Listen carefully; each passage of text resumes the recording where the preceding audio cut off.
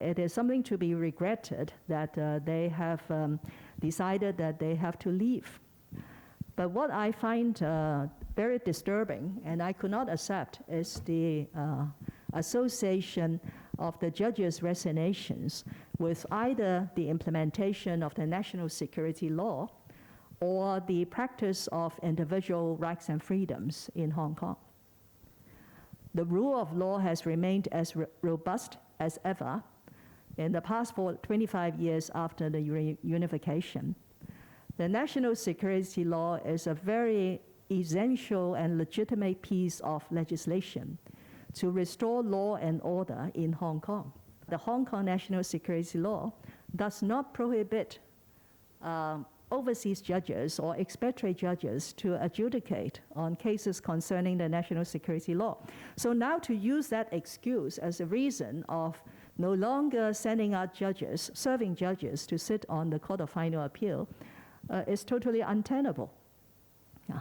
And there is also a misperception that judges, overseas judges sitting on the Court of Final Appeal is a legitimate endorsement of the government. That is never the case. They are much valued in helping Hong Kong to safeguard judicial independence. They are not lending us any legitimacy. Us means the administration. So to suggest on this occasion that they could no longer sit on the Court of Final Appeal because to do so would appear to endorse the administration is a very fallacious argument. And I can only draw the conclusion that there must be quite a lot of politics behind it.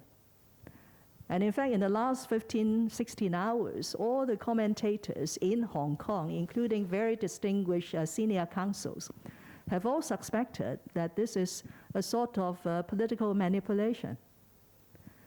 I do not want to repeat what has happened in London on the 30th of March, that is yesterday, with the UK parliamentarians debating on this issue, with the Prime Minister, Foreign Secretary, Justice Secretary, Lord Chancellor, all speaking with the same wavelength.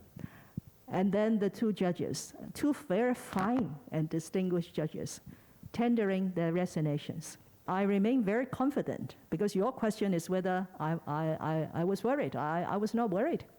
I remain very confident that we still have very fine judges in the judiciary, both local and overseas, serving at the various levels of the judiciary.